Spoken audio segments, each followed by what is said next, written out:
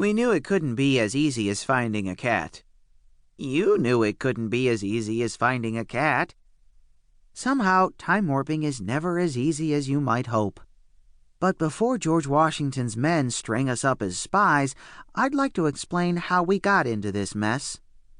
I'd like to, but I can't.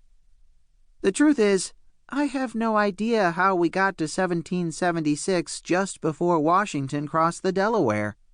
But maybe I can tell you the basics and what Samantha told us. Then you're on your own. See, I think of myself as a pretty regular kid. I live in a pretty regular neighborhood in Brooklyn. I go to a pretty regular school, and I have two pretty regular best friends, Fred and Sam. I guess the part that's not so regular is this book I got from my Uncle Joe for my birthday. I don't know quite how to put it, but somehow this book can warp time and space. And somehow this book has sent Fred and Sam and me back to the Stone Age, over to 1600s Japan to fight samurai warriors, back to meet the pharaoh in Egypt, and into the future to meet our own great-granddaughters. So much for regular. We've gotten into trouble all over history because it's kind of hard to tell how the book works exactly. Sometimes a word or poem triggers the time warping. Sometimes it's a picture or a symbol. The one thing we have found for sure is that after we time warp, the only way to warp back home safely is to find the book, which is always way easier to say than it is to do. So this time, Fred and I were on the street outside my house. Sam was off visiting his grandma in Florida.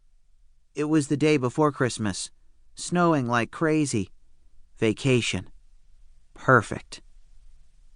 I ducked behind a tree just in time. Fred's snowball popped against the tree trunk. I jumped out with 2 snowballs and launched my favorite sneak attack. It works almost every time. I threw a high, soft lob. Fred looked up to dodge it. Then I pitched a fastball right at him. He was still watching the lob when the fastball nailed him in the chest. "Argh!" said Fred. He scooped up his own snowball. He cocked his arm to throw it, and then, without warning, without us touching the book, going anywhere near the book, or even thinking about the book, the swirling white snow turned to swirling green time-warping mist. And we were gone. For the first and maybe only time ever, it wasn't our fault. I know we say that all the time, but this time it was really true. So what happened? I'll let Samantha explain it to you, and to the soldiers about to do us in.